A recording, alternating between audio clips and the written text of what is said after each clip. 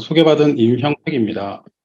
저는 현재는 주식회사 메디웨일의 의학 총책임자로 근무하고 있고요. 동시에 듀크 애뉴에스 의과대학, 싱가포르의 듀크 애뉴에스 의과대학과 싱가포르 안과연구소에서 겸임직으로 조교수직과 임상의과학자 역할을 하고 있습니다. 오늘 선생님들께 제가 말씀드릴 주제는 제가 박사학위 논문으로 이제 논문 출판까지 했었던 그 논문 주제가 결국 상품이 되어서 최근에 신의료 기술 유예까지 받아서 지금 환자분들께 사용이 가능한 상태가 되었는데요. 그 소프트웨어 애스 메디컬 디바이스, 그래서 망막 기반 심혈관 위험 평가 SAMD에 대해서 오늘 말씀을 드리고자 합니다. 부끄럽지만 선생님들 대부분이 저를 모르실 거기 때문에 제가 간단히 제 소개를 먼저 드려야 할 것 같은데요. 저는 2019년 2월까지는 신촌의 세브란스 병원의 이제 망막분과에서 이제 수술을 열심히 하는 주니어 패컬티로 수술과 이제 연구를 열심히 하는 조교수로 근무를 했었고요. 2019년 3월부터는 싱가포르로 이직을 했습니다.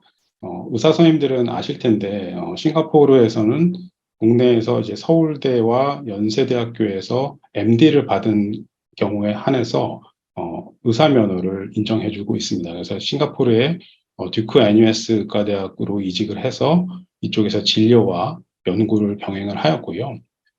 제가 메디웨일이라는 회사를 창립한 것은 2016년인데 이 시점에서 메디웨일의 일이 정말 많아지기도 했고 투자도 받았고 저의 연구가 정말 상품화로 이제 나오기 직전 상태까지 돼서 2022년 작년 3월부터는 제가 메디웨일에 아예 풀타임으로 조인을 해서 의학 총책임자 역할을 맡고 있습니다. 저희 메디웨일은 그 최태근 대표님이 저희 대표님이신데요. 저와는 2016년에 이제 환자와 의사 관계로 만나게 되었고, 우리 최 대표님은 심한 녹내장 환자입니다. 그래서 처음 만났을 때부터 벌써 눈에 이제 반쪽 시야가 없을 정도로 아주 젊은 나이에 약간 불운한 그런 좀 심한 녹내장 환자였습니다. 그래서 이 대표님은 그때 당연히 이제 눈에 대한 관심이 생기게 되었고, 눈에 대한 공부를 시작했고, 그때 저의 연구들에 대해서 읽기 시작했고, 그래서 저한테 이제 창업을 해서 눈으로부터 전신질환을 예측하는 이 아이템을 사업화하자라고 제안을 해주셨고, 그래서 이제 알파고가 있었던 그 해, 2016년에 저희는 창업을 했고, 여기는 뭐 한마디라고 되어 있지만, 그간 많은 노력을 해서 한 2달 전에 저희가 시리즈 B 라운드를 성공적으로 마무리할 수 있었습니다. 그래서 지금 막 회사가 2016년부터 약간 더디게 성장을 하다가 최근 한 1년 사이에 급격하게 성장하고 있는 저희 메디웨일이라고 생각합니다. 그리고 이러한 행보들이 최근에는 좀 해외 PR에서도 이제 알아져서 폭스나 아니면 이렇게 CNBC의 맥깃에 저희 대표님하고 저희 아이템들이 소개가 된 바가 있습니다. 그래서 저희가 하려는 거는 무엇이냐 하면 심혈관 질환을 줄이려는 게 저희의 목표입니다. 저희 최종 목표는 심혈관 질환을 예방하고 심혈관 질환을 줄이려는 게 저희 최종 목표입니다. 심혈관 질환은 뭐 두할 나위 없이 굉장히 중요한 질환이고 전 세계적으로 1위 또는 두 번째 그 나라의 발전 정도에 따라서 1위 또는 두 번째 사망 원인이 되겠습니다. 그러면 이 심혈관 질환은 어떻게 예방을 할 수 있는지 생각해 보면 미국 심장 가이드라인에서는 AH 가이드라인에서는 첫 번째 단계가 바로 당신의 심혈관 위험을 아는 것이라고 시작하고 있습니다. 저는 저위험군입니다. 저는 재작년에 신장 CT도 찍었고 또 저희 제품으로도 평가를 해봤고 해서 저는 저위험군이라는 걸 알고 있는데 대부분의 성인들이 자신의 심혈관 위험이 어느 정도신가요? 라고 했을 때 자신 있게 저는 저위험군입니다. 중등도 고위험군입니다. 라고 말씀하실 수 있는 분이 몇 명이나 될까 싶을 정도로 사실 이 위험 리스크를 본인이 알고 있는 분들은 많지가 않죠. 그 티피컬하게 어떻게 시작이 되냐면 이 위험도를 알기 위해선 혈액 검사를 해야 되고요. 혈액 검사에서 가장 중요한 것은 콜레스테롤 수치를 아는 겁니다. 그래서 LDL 콜레스테롤과 HDL 콜레스테롤을 알고 그것을 미국 가이드라인상에서는 여러 개의 코호트를 종합해서 만든 풀드 코호트 이퀘이션이라는 심혈관 위험평가 이퀘이션 포뮬라에다가 나이 정보, 성별, 당뇨 고혈압 정보, 그리고 LDL 콜레스테롤, HDL 콜레스테롤, 그리고 흡연 정보를 넣어서 향후 내가 10년 동안 심혈관 질환을 겪을 확률값, 10-year ASCVD 리스크에 대해서 계산을 하게 됩니다. 그것이 5% 미만이다라고 하면 저위험군, 5에서 7.5면 borderline, 7.5에서 20%면 intermediate, 20% 이상이면 high risk 그룹으로 층화가 되고요. 이 층화된 것을 기준으로 약을 처방하게 되는데, low랑 high는 이제 굉장히 명확합니다. low는 약 처방 없이 본인의 라이프스타일 모디피케이션, 약간 먹는 거를 짜게 먹는 걸 좀 저염식을 한다든지 운동을 더 많이 한다든지 이런 식으로 해서 생활 습관 개선만으로 관리를 하게 되고요. 하이 리스크는 운동만으로는 안 되고 바로 고지혈증 약, 항지질혈증 약인 스테틴을 하이 인텐시티 도즈로 시작을 하게 권고를 하고 있습니다. 근데 이제 문제는 이 바로 인터미디얼 리스크 그룹인데요. 인터미디얼 리스크 그룹은 N수로 쳤을 때 그렇게 적지가 않습니다. 미국 전체 성인에서 국민건강 영양조사 자료에 따르면 낮게는 25%, 많게는 35%, 어떤 보고에서는 40%까지 보고를 하고 있습니다. 그 말은 미국 인구에서 거의 3명 중 1명꼴이 인터미디얼 리스크 그룹에 속하게 되는데 이 그룹이 약물을 결정하는 게 이제 어렵다는 말씀입니다. 이유는 당뇨약, 고혈압약, 고지혈증약 모두 한 번 먹기 시작하면 평생 먹어야 되는 약물이죠. 그래서 환자도 굉장히 부담이 되고 이 약을 먹기 시작하면 평생 먹어야 되고 의사는 예방약적인 측면에서 그럼 이 인터미디얼 리스크 그룹에서 가장 효과를 많이 볼 사람, 이 약을 시작해서 가장 심혈관이 질병이 잘 예방될 수 있는 사람을 잘 캔디데이트를 골라야 하는데 그 방법이 그것이 어렵다는 거죠. 그래서 지금 미국 가이드라인에서는 그러면 이 인터미디얼 리스크 그룹에 대해서 어떤 추가 검사를 권고하고 있냐면 바로 심장 CT를 권고하고 있습니다. 그래서 심장 CT를 촬영을 하면 이렇게 하얗게 보이는 게 바로 칼슘 프락입니다. 그래서 칼슘이 관상동맥 석회화가 있다는 것은 이 부분이 벌써 심장의 그 동맥에 좁아진 부분, 내로잉한 부분이 있다는 얘기고 이것이 서브클리니컬한 아테로스클로리시스 상태이기 때문에 이런 관상동맥 석회화가 있는 경우에는 100점 이상으로 관상동맥 석회화 지수가 높은 경우에는 약물을 시작하도록 권고하고 있고 만약에 관상동맥 석회화가 없는 경우에는 약물 없이 라이프스타일 모디피케이션만을 권고하고 있습니다.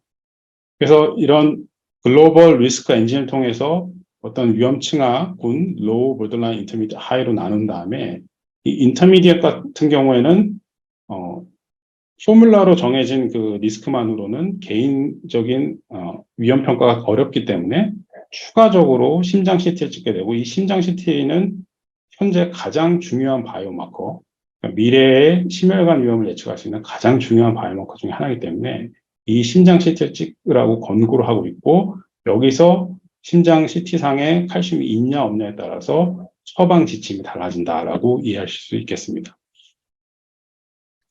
근데 여기서 이제 큰 오류가 있는 겁니다. 언맷 니즈가 있는데 대부분의 1차 예방, 심혈관 질환의 1차 예방은 프라이머리 케어 세팅, 의원급에서 이루어지게 되는데 이 의원급에는 CT 장비가 있지 않다는 거죠. 당연하게도 CT는 굉장히 스페이셔스하고 라디오그래프 있어야 되고 라디올로지스트 있어야 되고 비용, 유지 비용 많이 든다는 말이죠. 그래서 이런 CT는 사실 관상동맥 석회화 지수만을 목적으로 들여놓는 게 아니라 다른 곳을 찍고 다른 곳의 진단을 위해서 어떤 종합병원급에서만 들여놓을 수 있는 그런 장비이기 때문에 1차 의원에서는 그것이 없는 게 당연하죠. 그래서 이런 프라이머리 프리벤션을 해야 되는 곳에 CT가 없는데 가이드라인상에서는 CT를 추천하고 있는 것이 하나의 언맷 니즈고, 또 중요한 언맷 니즈는 방사능 위험이 CT에는 있습니다. 그래서 제가 오늘 CT를 찍고 칼슘이 없다 하더라도 그러면 다음 팔로우업은 언제, 다음 추적 관찰 시기는 가이드라인상에서 3년에서 5년 뒤로 촬영을 하도록 권고하고 있습니다. 그 3년에서 5년 동안 제가 아무 일도 없으면 이제 파퓰레이션 베이스로는 안전하다라고 생각하고 3년에서 5년 뒤를 레커멘드 하지만 실제로 그 3년 동안 그럼 제가 안전한가? 어떤 심혈관 위험의 관리라는 것은 주기 적절하게 모니터링을 해서 이 사람이 고위험군 혹은 중등도 위험군을 됐을 때 시기적절하게 약물을 시작해서 위험을 낮춰야 하는데, 방사능 위험 때문에 너무 오랜 기간 동안 추적 관찰을 할 수밖에 없다라는 거죠. 그래서 CT 같은 경우에는 어떤 환자의 CVD 리스크를 모니터링 하는데 시기상으로 레디에이션 리스크 때문에 좀 적절치 않게 띄엄띄엄 할 수밖에 없다라는 그런 단점이 있습니다. 그래서 바로 여기서 저희 망막이 들어올 수 있는 망막의 가치가 있는 부분이 바로 여기에서 있습니다. 이 사진은 선생님들의 그 눈을 간단한 안조 촬영기로 찍으면 눈 뒤쪽에 사진을 찍은 겁니다. 눈 뒤쪽에 망막이라는 부분에 사진을 찍은 거고, 이 망막은 보시는 것처럼 뇌와 눈을 연결하는 시신경이 나오는 부분이 있고요. 그리고 여기서 동맥과 정맥이 이렇게 보이게 됩니다. 이 부분이 중요한데 전신 몸에서 저희가 이제 혈관을 볼 수는 있죠. 이렇게 혈관을 팔 아래 스킨 아래서 보면 뭐 이렇게 좀 더 붉은 게 이 정맥이잖아요.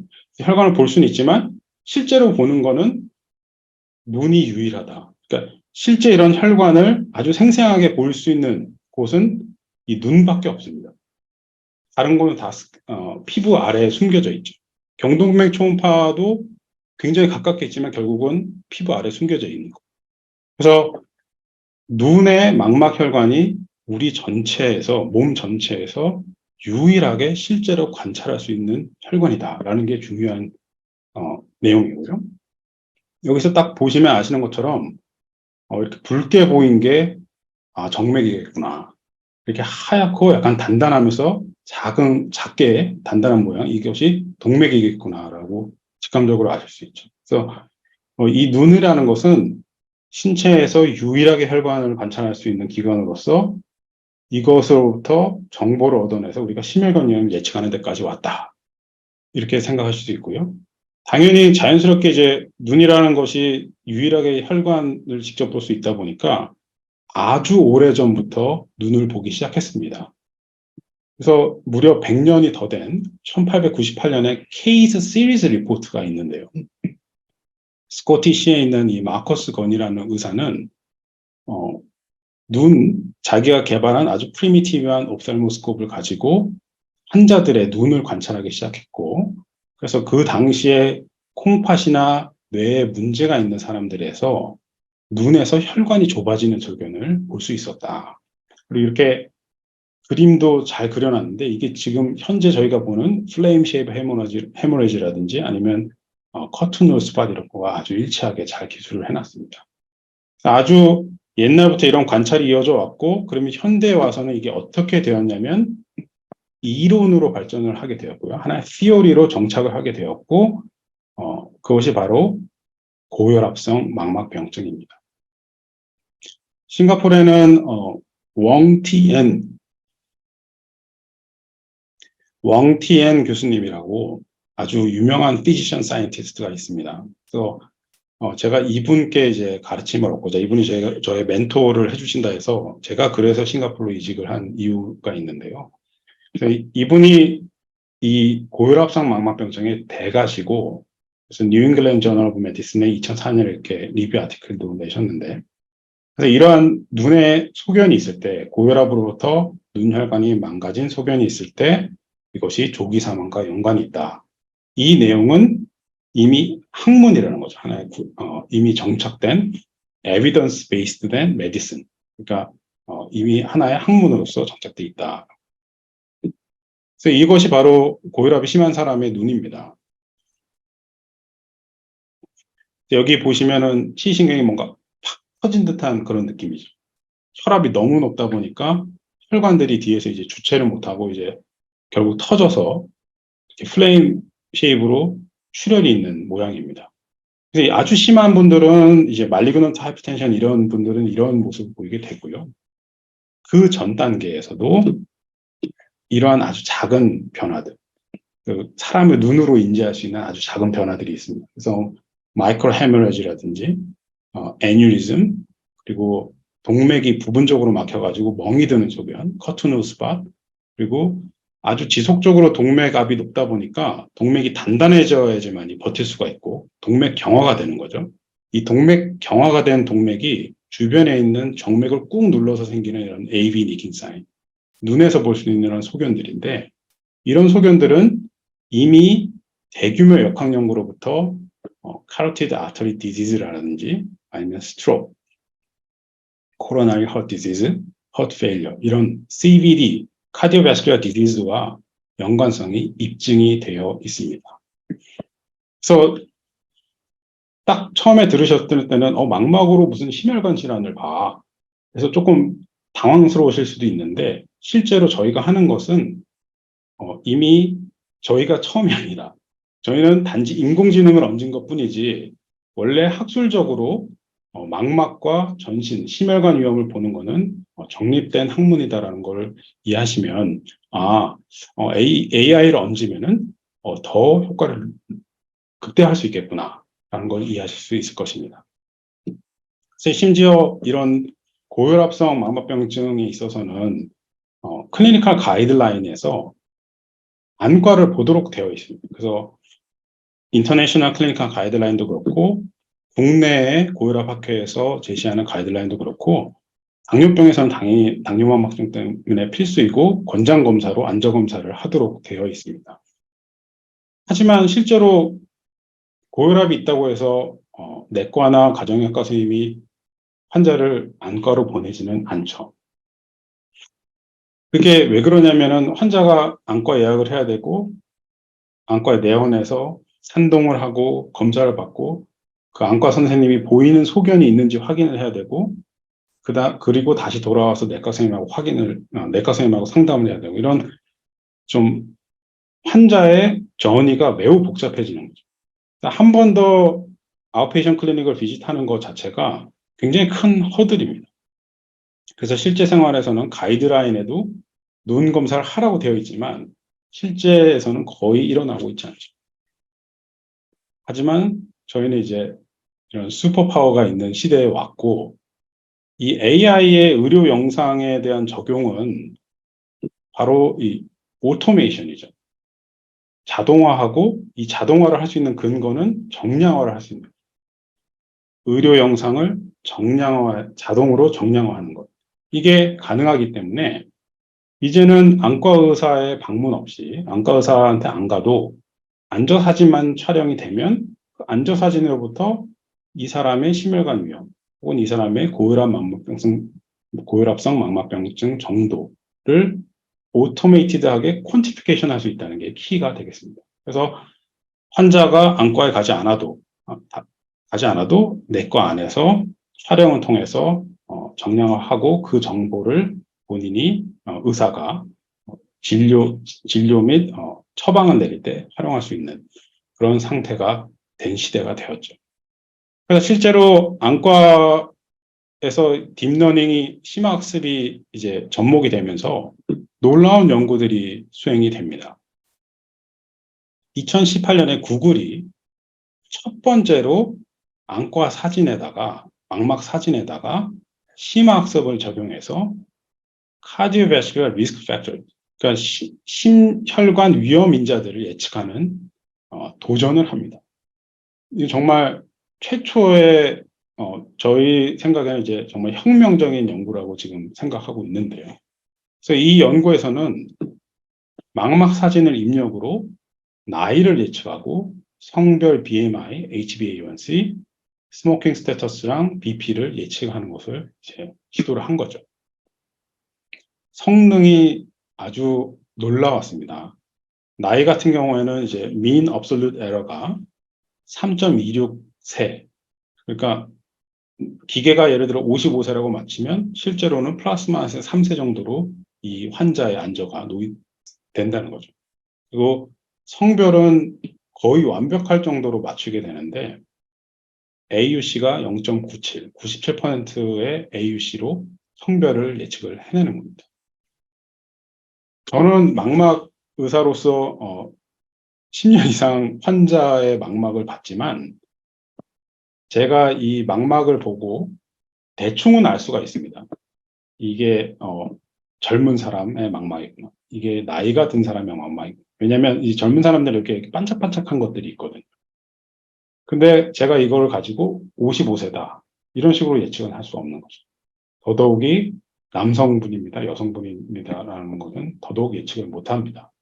벌써 이거는 제가 보는 그 망막 의사가 보는 거를 넘어서는 심화학습 기계는 이거를 넘어서는 뭔가 비욘드 커그니션이라는 거죠. 그래서 여기에 분명히 무엇이 있구나라는 건 저는 이 연구를 보면서 더 절실히 느꼈고요. 최근에 이 동영상이 최근에 다시 좀 돌긴 도는데 이 동영상 자체가 2018년도에 이제 구글의 키노트 스피치입니다. 그래서 그때 당시에 이 논문이 출판되고 나서 구글의 CEO가 이제 키노트 스피치에 이 연구를 소개를 하게 된 겁니다.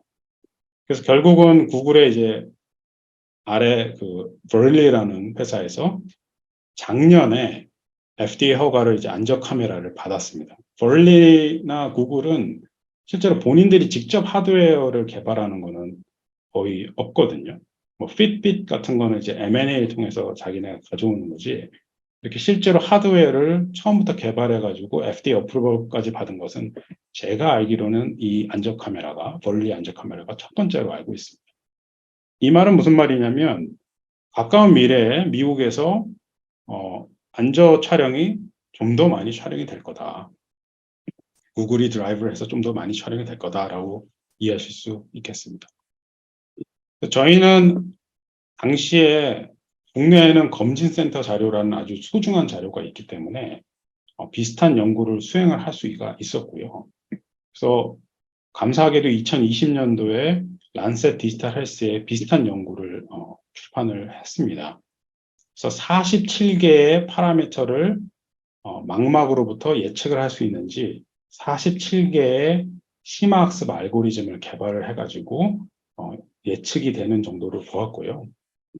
결과적으로는 13개 정도는 랜덤 게스가 아니라 망막으로부터 잘 알려져 있는 나이, 성별 같은 건 아주 잘 예측하고 나머지 파라미터들 중에서도 예측하는 것들이 한 13개 정도는 된다는 것을 보였습니다. 그래서 크게 두 가지로 나뉘게 되는데 첫 번째는 심혈관 관련 인자들을 예측할 수가 있었고요. 나머지 한 가지 중요한 발견은 콩팥 기능과 관련된 크리에티닌을 예측할 수 있는 것을 밝힐 수가 있었습니다. 그래서 저희 첫 번째 제품은 그래서 심혈관 질환을 예측하는 저는 심혈관 위험 평가가 된 것이고 두 번째 제품은 이제 며칠 전에 저희 POC 페이퍼가 이제 출판이 되었습니다. 그래서 이 CKD 만성 콩팥병증을 예측하는 망막으로부터 만성 콩팥병증을 예측하는 것이 두 번째 제품인데 얼마 전에 POC 페이퍼가 출판이 되었고 저희가 올해 내로 국내에서 인허가를 받을 예정에 있습니다. 다시 이제 심혈관 위험 평가로 다시 돌아와서 저희 궁극적인 목표는 그래서 심혈관 위험을 예측하고자 하는 겁니다. 그래서 망막을 갖고 심혈관 위험을 잘 예측하자. 그걸로 예방을 해보자라는 건데 그럼 이제 심화학습의 정답을 구해야 하지 않겠습니까? 그 정답을 아까 가이드라인상에서 제가 벌써 한번 말씀을 드렸는데요. 가이드라인에 CT가 들어갈 정도로 CT는 매우 정확한 아주 파워풀한 검사입니다. 그렇기 때문에 저희는 정답을 이 CT 기반의 관상동맥 석회화 지수가 있느냐 없느냐를 그라운드 트루스로 잡은 거죠. 그래서 이 관상동맥 석회화 지수의 유효성에 대해서는 뉴 잉글랜드 저널 메디슨에 이제 실린 이 연구, 메사라는 코호트에서 실리게 되었는데요. 연구를 해서 실렸는데요. 그래서 이런 데서 증명이 되었고 가이드라인까지 들어갔고, 그러면 저희의 계획은 검진센터에 오셔서 앉아 사진도 찍고 또 CT도 찍으신 분들이 워낙 많다 보니까 국내에서는 이게 정말 국내에만 있는 유일무이한 자료입니다. 해외에서는 이런 식으로 앉아와 CT를 동시에 촬영한 자료를 얻기가 굉장히 어려운데, 국내는 검진이 활발하다 보니까 이런 자료를 얻을 수가 있었고, 그래서 입력을 망막 사진을 입력으로 그라운드 트루트를 관상동맥 석회가 있다 없다로 심화학습을 한 거죠. 그래서 이 심화학습을 했다는 것은 잘 아시는 것처럼 확률값을 얻게 되는 것이고요. 저희는 이 probability score를 높으면 석회화가 있다, 낮으면 석회화가 없다 라는 이런 전통적인 심화학습 연구 방법으로 접근하지 않았고요. 여기서 저희가 한 가정은 뭐냐면, 인공지능이 이 망막에서 피처를 뽑아내서 계산된 이 수치, 자동화된 이 수치는 마치 혈액에서 측정된 콜레스테롤 수치, 이런 것과 비슷하게 새로운 바이오마크로서 미래의 심혈관 위험을 예측할 수 있을 것이다라는 가설을 세우게 됩니다. 그래서 결국 딥러닝으로부터 얻어진 프로바비티 스코어를 가지고 이거를 3개의 위험군으로 나누고, 이 3개의 위험군으로 나눴을 때 베이스라인에서 앉은 사진을 찍은 사람들을 몇 년 동안 추적 관찰을 하고, 추적 관찰한 자료를 통해서 위험 층화가 잘 되는 것을 확인해서 이 망막 기반의 새로운 바이오마커를 만드는 것이 저희 연구의 목표였습니다. 다행히도 국내에서는 많은 자료가 있어서 이제 알고리즘을 개발할 수가 있었고요. 그래서 검진센터 자료를 통해서 개발을 하고, 다른 검진센터 자료를 통해서 크로스 섹셔널하게 한번 밸리데이션을 하고요. 이 나머지 3개의 자료는 추적 관찰 자료입니다. 그래서 한국의 정부 지원을 받아서 수행된 CMOC-High라는 추적 관찰 자료와 싱가포르의 대규모 안과 역학 연구, 차이니스, 말레이, 인디안을 포함하는 다인종을 포함하는 시드라는 코호트, 그리고 선생님들 잘 아시는 UK 바이오뱅크 자료를 가지고 추적 관찰을 해가지고 위험층화 잘 된다는 것을 보일 수가 있었습니다. 이것이 키 결과인데요. 중요한 결과인데, 국내 그 시먹 하이라는 코호트에서는 베이스라인에 CT와 안저 촬영을 동시에 해놨습니다. 이 PI 선생님이 세브란스 병원의 박성화 교수님이신데, 이 코호트를 모집할 당시부터 망막의 가치를 알고 계셨고, 그래서 망막 사진과 관상동맥 석회화 지수를 동시에 측정을 해놓은 겁니다. 그래서 원투원 비교가 가능한 코호트였는데요. 그래서 카플란-마이어 커브는 다들 잘 아시지만 5년 동안 추적 관찰을 했고, 그 사이에 발생된 심혈관 질환의 누적 발생률을 저희가 추적 관찰했고요. 그랬을 때 망막 기반으로, 닥터는 심혈관 위험 평가 기반으로 저, 중, 고 위험으로 나눈 것이 미국 가이드라인 상에서 얘기하는 관상동맥 석회화 지수 없는 경우 100 미만, 100 이상인 경우랑 동일하게 5년 동안 추적 관찰했을 때 위험 층화가 되는 것을 보일 수가 있었습니다. 그래서 이 증거가 바로 그렇다면 CT 대신 망막을 가지고 위험 층화하는데 사용할 수 있겠다라는 학문적 근거를 만든 것이고요. 아까 전에 말씀드린 미국의 가이드라인 상에서는 인터미디엇 리스크 그룹에서 CT를 이렇게 촬영하도록 권고하고 있는데, 그럼 여기에서 이제 망막을 적용하면 어떻게 되는지 시뮬레이션을 UK 바이오뱅크 자료를 갖고 해보았습니다. 그래서 UK 바이오뱅크 전체 42,000명이 되는 대상을 미국 가이드라인상의 심혈관 위험 층화 툴인 푸드 코호트 이퀘이션으로 로우, 보더라인, 인터미디엇, 하이로 나누게 되고요. 여기서 인터미디엇 리스크 그룹이 결국 중요한데 더 층화를 해서 약물을 시작하거나 아니면 위스홀드 할지를 결정을 해야 되는 분인데 이 사람들을 대상으로 망막을 적용을 해봤더니 추가로 더 층화가 되더라. 그래서 이 말은 무슨 말이냐면 인터미디얼 리스크 그룹이 된 다음에 망막 촬영을 해서 저, 중, 고위험으로 다시 나누게 되고 저위험군 같은 경우에는 스태틴을 보류한다든지 아니면 고위험군에서는 스태틴 시장을 권고하는 그런 시나리오를 저희가 시뮬레이션 해볼 수가 있었습니다. 흰맵에서는 제가 엔지니어가 아니기 때문에 흰맵에 대해서 제가 인풋을 드릴 수 있는 거는 저는 임상가로서 이런 출혈, 정말 놀랍게도 심화학습은 이런 출혈이나 커튼홀 스팟을 아주 잘 잡아냈고요. 제일 위에는 관상동맥 석회가 없은 사람, 여기는 363 정도, 아가스톤 스코어 정도의 관상동맥 석회가 있는 사람, 제일 아래가 641호, 그래도 꽤 많은 석회가 있는 사람인데요. 망막만 봤을 때는 이 54세 이 남자분은 굉장히 망막은 조용합니다. 콰이어트합니다.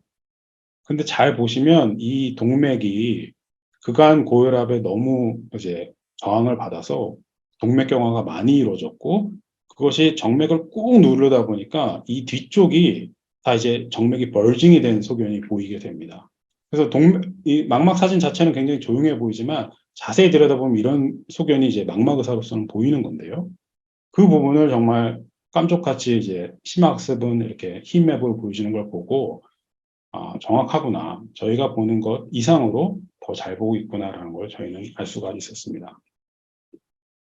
그래서 감사하게도 2021년에 1년 뒤인 2021년에는 The Lancet Digital Health에 저희가 이 연구를 출판을 할 수가 있었고 아까 전에 고혈압 망막병증의 대가인 웡티엔 교수님이 제일 라스터서로 그리고 이쪽에서 시드 코트를 담당하고 계신 칭칭유 선생님이 두 번째 라스트, 그리고 시머 코트를 갖고 있던 박성화 선생님, 그리고 제가 세브란스 있을 때 은사님인 김성수 선생님, 이렇게 이분들의 도움이 없었으면 이런 연구를 할 수가 없는 것이고요. 정말 이 자리를 빌어서 정말 다시 한번 감사의 말씀 드리고, 제가 이제 일저자로 이렇게 해서 출판을 할 수가 있었습니다.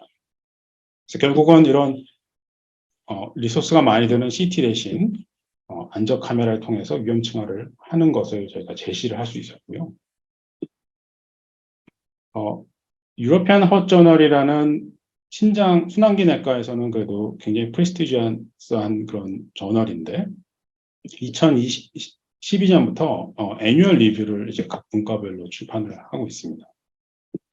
그랬을 때 2020년부터는 워낙 인공지능, 디지털에서 이런 것들이 이제 중요하다 보니까 전 유럽 심장학회 회장인 파노스 발다스 교수님이 새로운 섹션을 디지털 헬스 앤 이노베이션이라는 섹션을 만들어서 리뷰 아티클을 출판을 하였는데요.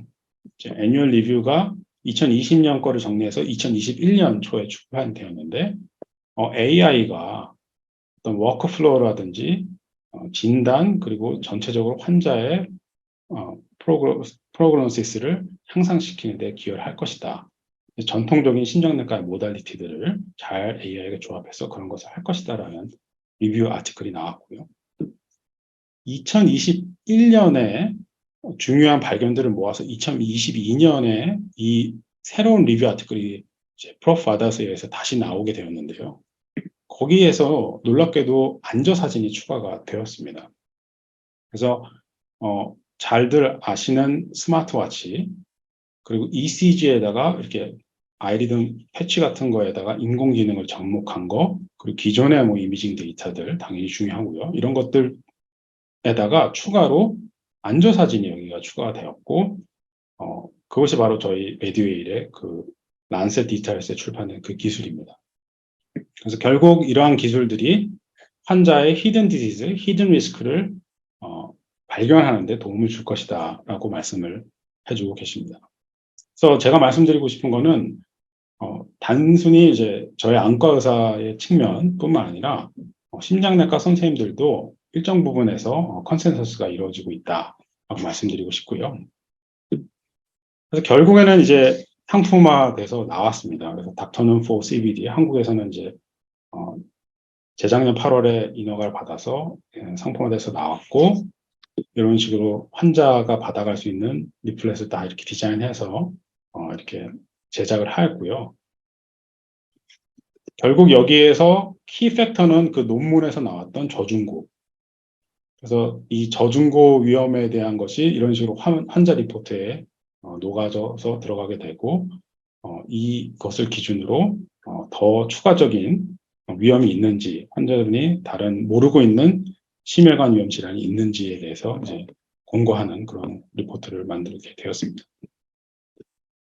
인허가 측면은 짧게 말씀드리면, 국내에서 인허가는 정말 전격적으로 도와주고 계십니다. 그래서 이런 AI 소프트웨어라든지 디지털 치료기기에서 제 개인적인 생각으로는 정말 식약처에 깨어 있으신 분들 많이 계시고, 저희가 혁신의료기기가 되어서 그런지 모르겠지만 정말 전방위적으로 도와주셨고, 인허가를 받는 데까지 큰 문제 없이 정말 도움을 많이 받았습니다. 그래서 유럽의 CE 마크, 싱가포르의 HSA, 한국의 MFDA에서 다 이제 인허가 받았고 8군데 받았고요.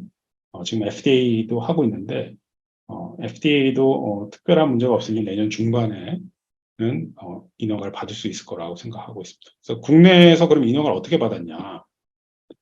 이 CMOG이라는 자료에 인터림 리절트를 제가 논문에 썼다면 전체 자료를 사용을 해가지고 4가지 모달리티를 비교하는 후향적 검증을 통해서 인허가를 받았습니다. 그래서 안저사진, 관상동맥 석회화지수, 1차 의원에서 많이 사용하시는 경동맥 초음파, 그리고 BAPWB라고 동맥경화 검사, 요 4가지를 비교해서 위험차가 잘 되고 그 성능이 CT랑 동등하고 나머지 2개보다 경동맥 초음파나 동맥경화 검사보다 우월하다라는 것으로 임상 시험을 수행했고 그걸로 국내에서 후향적인 분석을 통해서 인허가를 받을 수 있었습니다.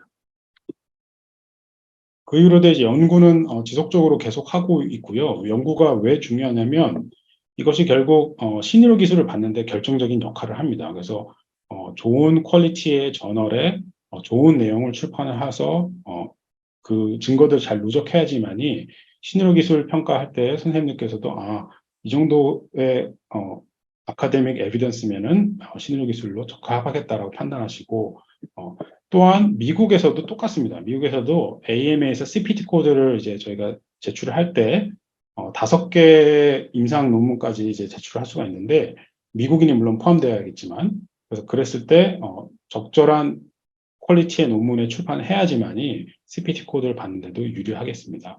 그래서 이번 한비사 논문으로 설정이 된 BMC 메디슨에 출판한 것 그리고 유러피안 헐저널에서도 디지털 헬스 서브섹션을 만들어서 얼마 전에 이 내용을 출판할 수가 있었고요.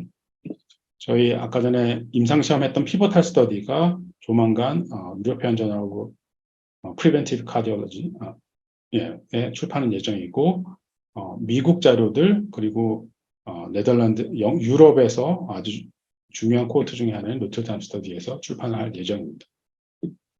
이 메사는 심장내과 선생님들 워낙 잘 아시는 이 인터미디어 리스크 그룹에서 CT를 추천하는 것을 포함시킨 미국의 중요한 코호트입니다. 그래서 저희가 여기에 이제 눈 검사가 포함이 되어 있거든요. 그래서 이걸 갖고 이제 검증을 거의 이제 마무리해서 출판을 준비 중에 있고요.